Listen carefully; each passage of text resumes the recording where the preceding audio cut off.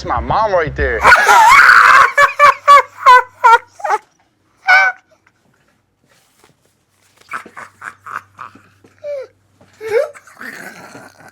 Yo, no. No, where's the show? I need to watch this. I need to watch this now. On top of that, they endured intense workouts, strict diets, and therapy sessions. If they didn't keep up, they endured intense workouts, strict diets. Bro, please tell me this ain't what the fuck they was eating, bro. Please tell me beans in a strip of bread. This don't even look like a strip of bread. This looked like the crust of the bread, and you broke off a piece of the crust. It looked like the side of a crust of the bread of a sandwich. Come on! What's the matter with you? There is no tomorrow. There is no tomorrow. There is no tomorrow. What it do, nephew? It's your uncle. Oh, when I'm coming at you, some that you already know I love to do. Now, this video right here is coming from the one and only Visual Venture. And the title of this one, TV's most disturbing reality shows. Now, not gonna waste no more time. You already know how this one go. Make sure you hit that like button for the algorithm and your Uncle Lou. Make sure you share the video with somebody, and then make sure you hit that subscription with that notification, also, because we on the way to 10K in 2025. And you know in March we gonna get that 6.5. Now, without further ado, nephew, niece C, it's your Uncle Lulu. Why don't you be with me? Now, I appreciate y'all tapping in. I really love Visual Ventures videos. It's one of the most controversial reality shows of all time. I think maybe the biggest The Swan is crazy. I don't even know what that's about. thing that I don't like about this show is it seems to manipulate the contestants. It's upsetting in a lot of ways. What this producer and all the people who worked for him did to this poor guy. I don't know what your values are, but certainly the show does not fit in any set of values. Most reality shows are about singing, cooking, or dancing, but others were created just to shock or disgust viewers. Some of these shows were so bad, viewers sued the network for airing them. Today, we're diving into the worst. We'll look at TV's most disturbing reality shows, starting from the least to the most shocking. So my goal this year is to give you guys double the amount of videos without sacrificing quality. And in order for me to do that, we gotta keep Visual Venture growing. So 75% of you guys aren't subscribed, and it would mean the world to me if you did, and I promise to give you more. This dude edited out of his videos too. Like, damn, I'm cussing mad early. Shit. We gotta fire content on Visual Venture. You are awesome. Milf Manor. Google Milf Manor and you'll see headlines like Milf Manor is the worst thing I watched this year. Milf Manor is a show that should not exist, and everyone involved is going straight to hell. And people might have not been overreacting. Their biggest problem was the show's insane concept. Milf Manor was a dating show that premiered in January 2023. It followed 8 women in their 40s and 50s who wanted to date younger men. So the producers handpicked a group of guys who seemed like perfect matches. Please head to the house where you will meet the new men in your life. Let's go! But as soon as the guys walked out, the show took a disgusting turn. Woo! That's my mom right there.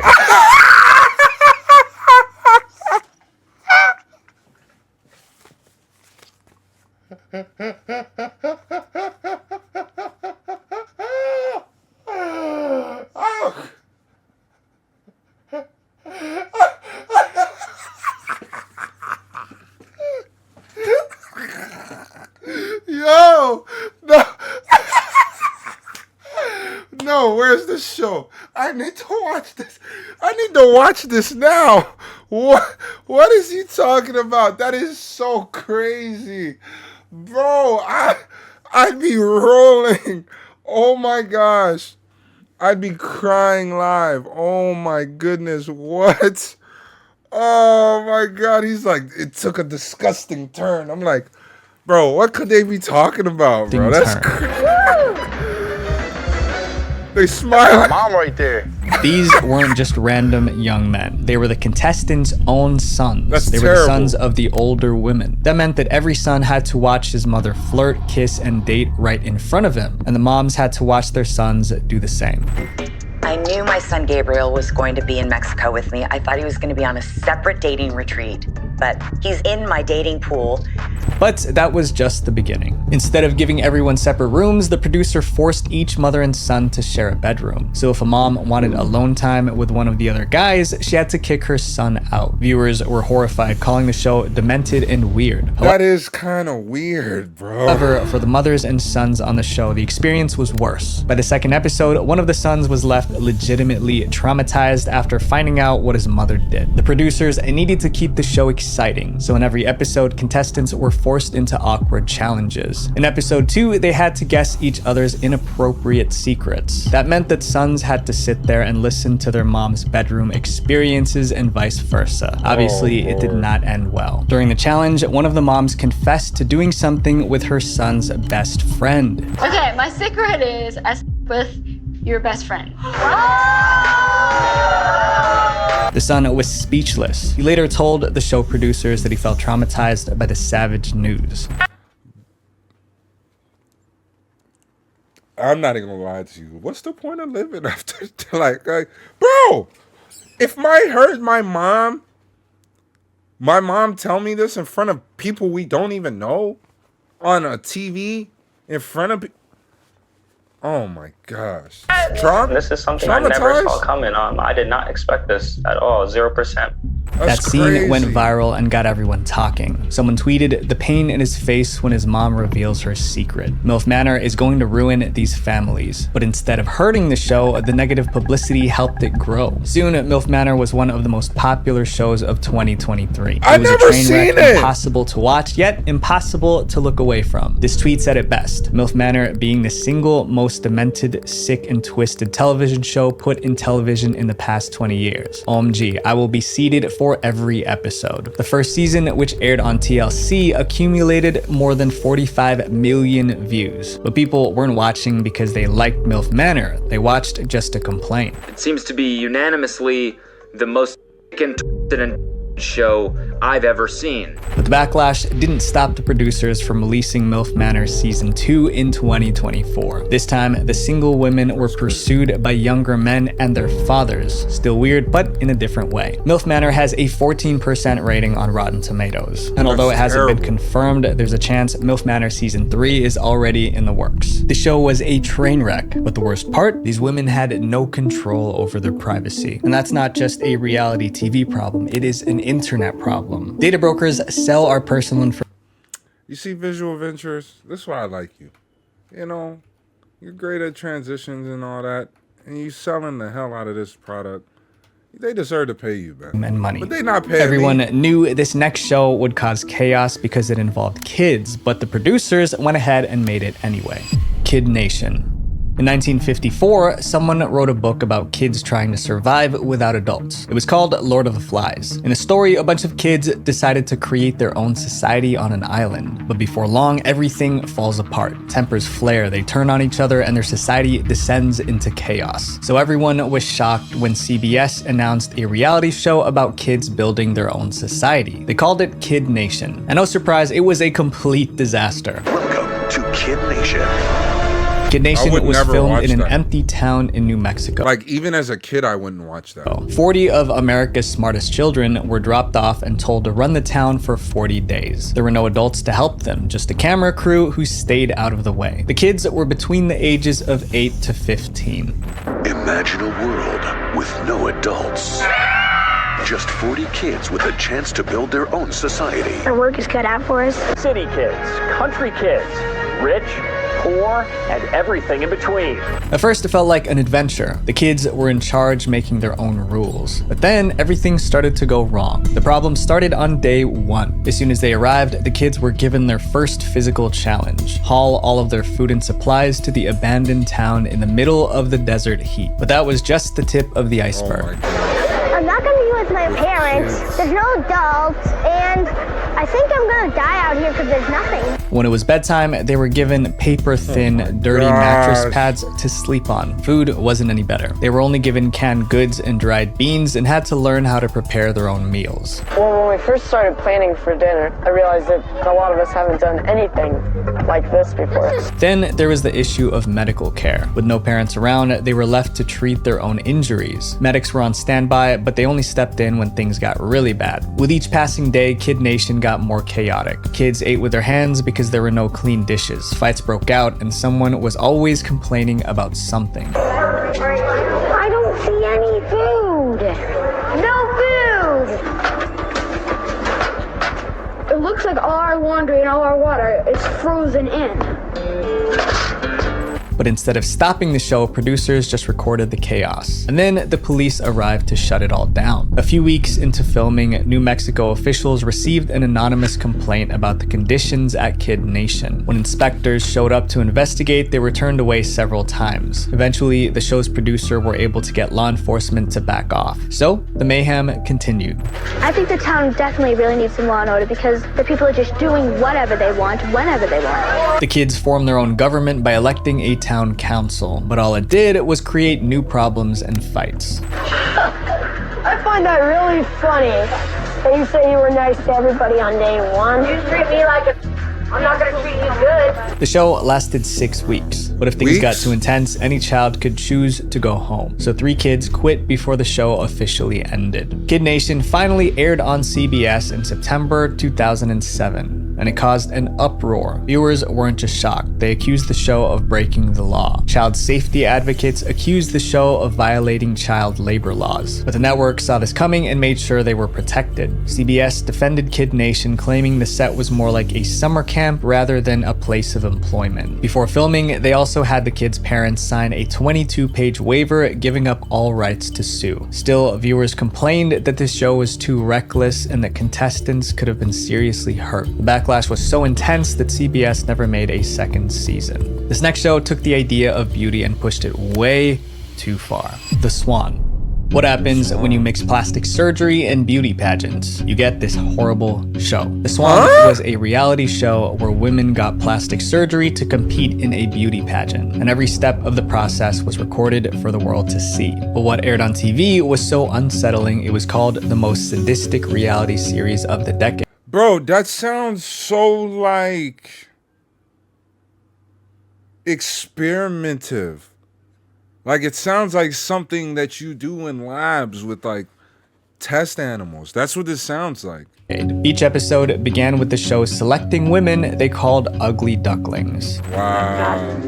Hair, I feel completely unbearably I got hair. with myself. For 3 months, these women went through an extreme makeover with a team that included a personal trainer, therapist, dentist, and cosmetic surgeons. But the biggest part of their transformation involved plastic surgery.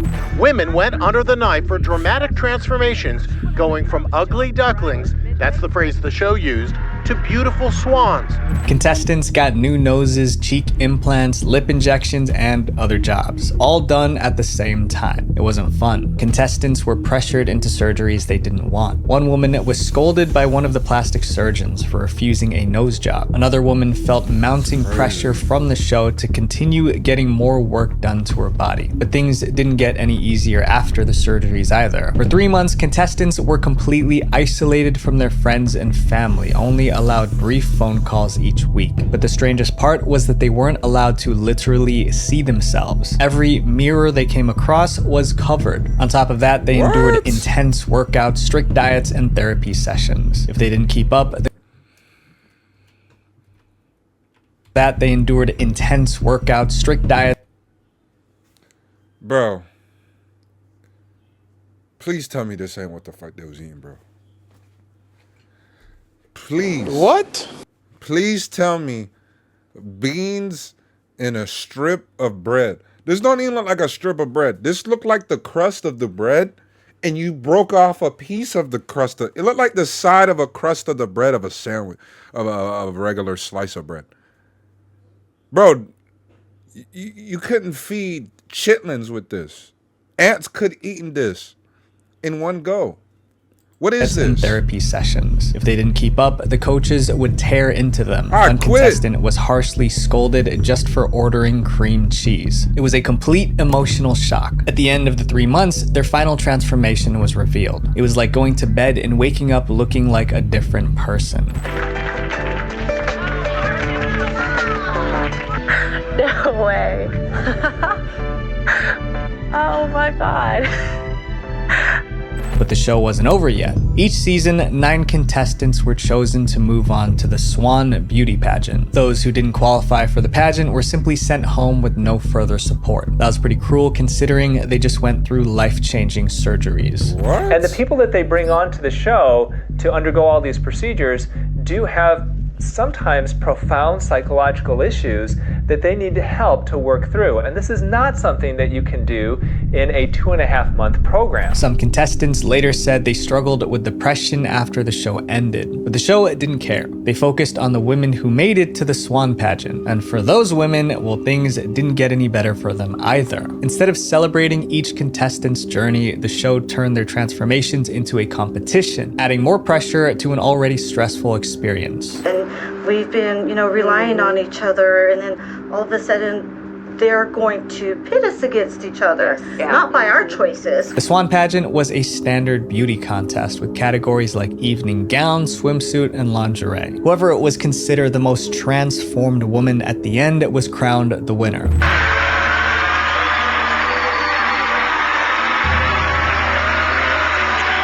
That's crazy.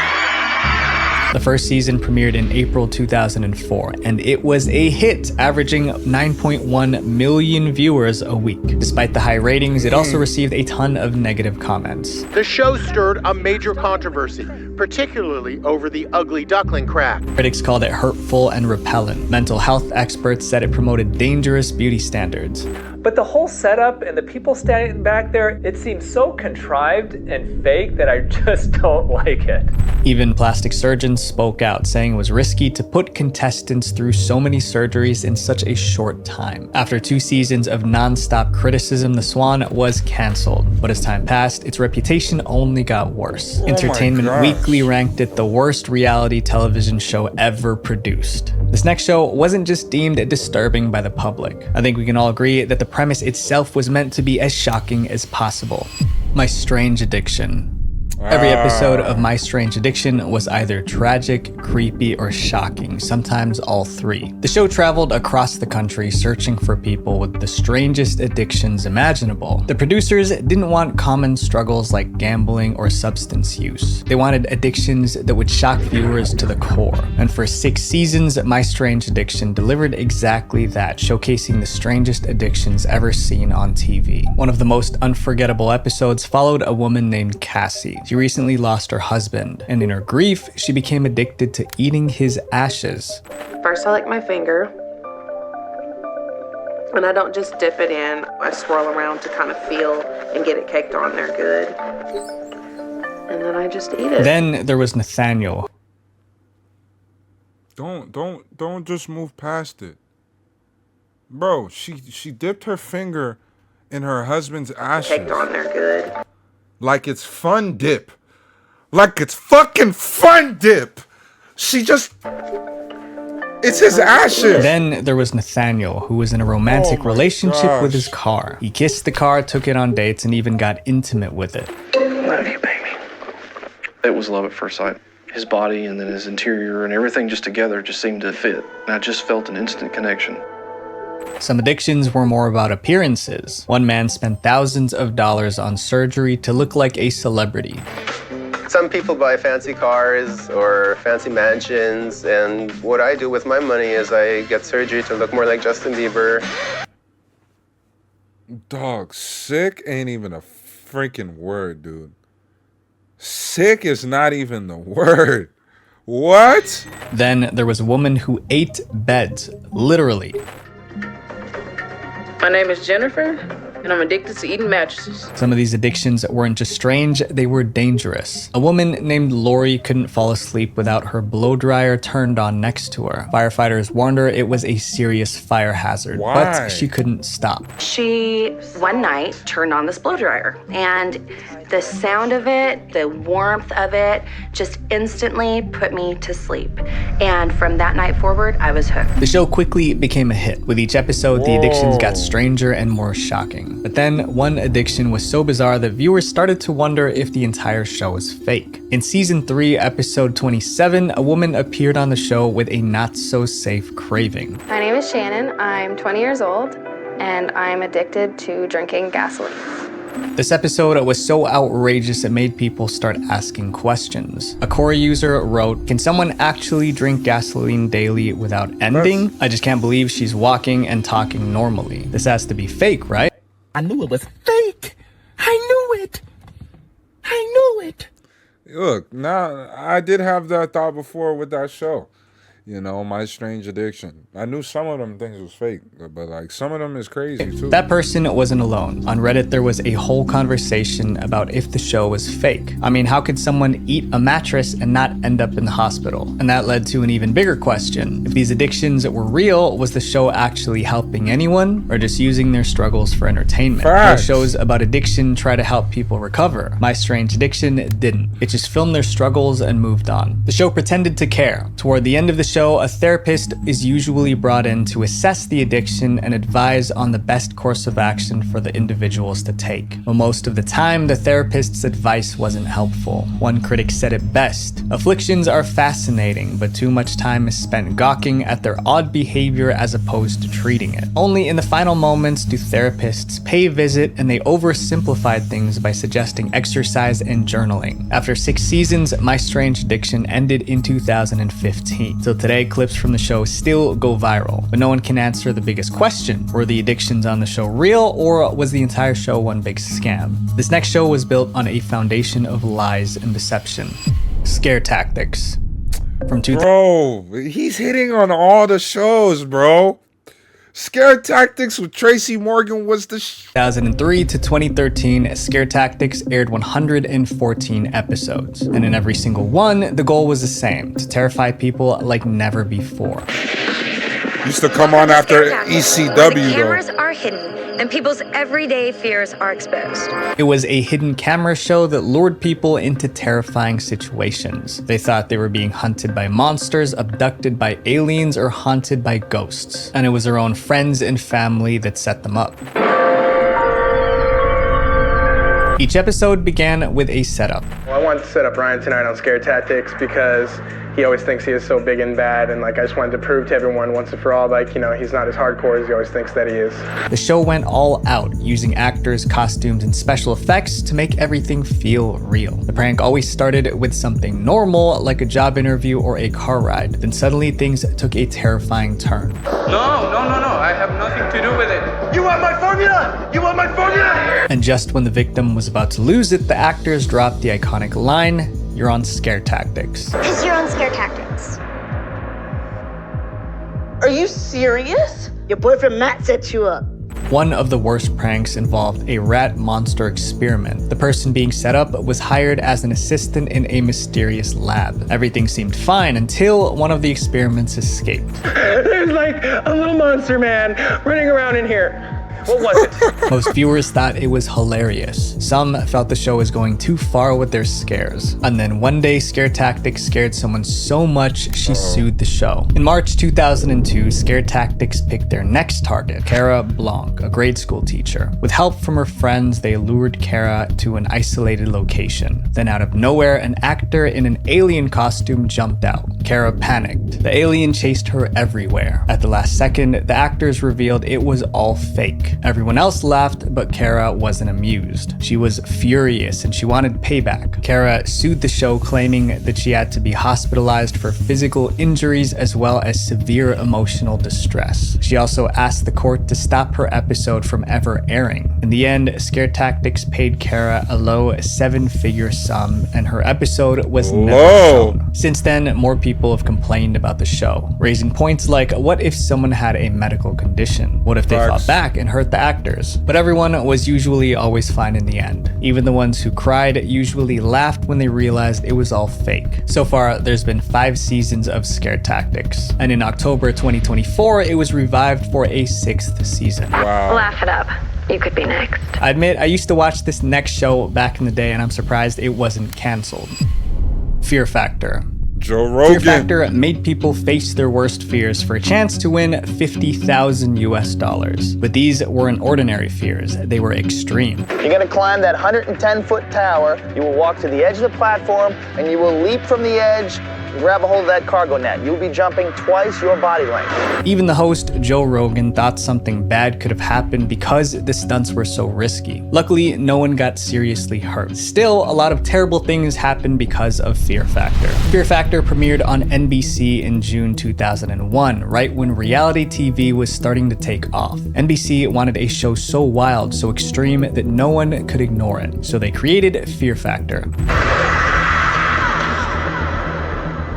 In each episode, 6 contestants faced 3 scary challenges. If the contestant was too afraid to complete a stunt, they were eliminated. If they failed a stunt, they were eliminated. Before the stunts even started, contestants had to sign a waiver. The waiver stated that no matter what happened, injury or worse, contestants couldn't sue the show. They signed and the madness began. I'm Joe Rogan. This is Fear Factor. The stunts you're about to see were all designed and supervised by trained professionals. They are extremely dangerous and should not be attempted by anyone, anywhere, anytime. Each episode... Bro, tell me that doesn't make you want to try whatever the fuck you're about to watch, bro. It makes me want to try it even more. With a crazy physical challenge. Contestants had to do things like hang upside down over 100 feet in the air. The second challenge always involved something disgusting, and the final stunt was the toughest. It combined fear and physical endurance. Every challenge was intense, but what really made Fear Factor famous were the disgusting challenges. No one was prepared for how wild they were. Extremely nervous, because I know it's not gonna be fun. It's gonna be terrifying. In one episode, contestants had to eat sheep eyes. The camera zoomed in, capturing every gag and chew, but they were just getting started. Come on, harness my man up. Give him a helmet. Let's do it. While they're Let's do in it. there, Put a too. helmet on him. We had people fly cars across a train, a moving train. Okay, there's risk involved in that, right? Contestants could back out of a challenge anytime. No one was forcing them, but most refused to quit. However, only one person could win the $50,000 prize. Because of these extreme challenges, Joe Rogan expected the series to be canceled after just a few episodes, but he was wrong. Fear Factor was a massive hit. The first 4 seasons were so popular that it became the first network reality show to be syndicated, which means that it aired on other television networks. The show also made Joe Rogan a household name. Then it finally happened. Fear Factor was sued for an episode that went too far. In January 2005, a 49-year-old man watched an episode where contestants drank blended rats. He was so disgusted that he felt dizzy and lightheaded. In his confusion, he ran into a doorway. He blamed Fear Factor for his injury and sued them for $2.5 million. He said he sued to send a message to NBC and other networks about their programming. However, his case didn't go far. A judge dismissed the lawsuit, calling it frivolous. By the 5th season, viewers were losing interest in Fear Factor. Ratings were dropping. More people criticized the challenges. By 2006, NBC had enough. Fear Factor was canceled after the 6th season. But the show refused to die. In 2011, NBC brought it back, but it was canceled again after 1 season. Then in 2017, Fear Factor returned on MTV, but it lasted only 2 seasons before getting canceled again. No reality show has punished contestants as much as this next show. Susunu Denpa Shonen. Reality shows are supposed to be fun, but Susunu Denpa Shonen was more like torture. And I am not exaggerating. It was literally described as this. The whole point was to push people to their breaking point. Every season, new contestants were thrown into extreme challenges to see how long they would last before breaking down. Meanwhile, millions of viewers watched from home entertained. The show ran from 1998 to 2002, and every season was brutal, but season 1 was the worst. The first season aired in January 1998. It was called Denpa Shonen, A Life in Prizes. The contestant was a 22-year-old man nicknamed Nasubi. The producers wanted someone desperate for fame, someone willing to take on a mysterious challenge without asking too many questions. Nasubi was perfect. He was an unknown comedian trying to make it big. When producers offered him the opportunity to be on TV, he figured it was his big break. Since it was a new show, the producers explained the rules to Nasubi. He would be locked in a tiny apartment without furniture or appliances. He would have no food, no clothing, and no contact with the outside world. His only way to survive would be by entering magazine sweepstakes and winning prizes. He would basically enter contests where he had a chance to win prizes, but there's a catch. The prizes are completely random. You could enter a sweepstake hoping to win a car, but instead you might win a box of ramen noodles. You never know what you're going to get. That was Nasubi's reality. If he won food, he could eat. If he didn't, he went hungry. If he won clothes, he could wear them. Producers told Nasubi he would be released once he won 1 million yen worth of prizes. That was equivalent to around $8,000 at the time. They also promised the footage wouldn't be streamed live. Instead, they would record everything, edit it down, and turn it into a television special. But that was a lie. It was like a real-life Truman Show. It was broadcasted live. Unbeknownst to him, the show was broadcast weekly across Japan to more than 15 million viewers. Nasubi thought he was signing up for a challenge. Instead, he became the subject of a twisted social experiment. Nasubi expected to win 1 million yen in prizes in a couple of days. Then he would be released. But days turned into weeks. Weeks turned into months, and he wasn't winning much. Viewers watched as Nasubi filled countless sweepstake entry forms. Bro, it's because he was making the producers of the show so much money. Bro, once they see, he probably made that money back quick. But once they seen how much money and how much attention he's garnering, they just, oh my goodness, bro. The human condition is celebrating with a dance each time he won a prize.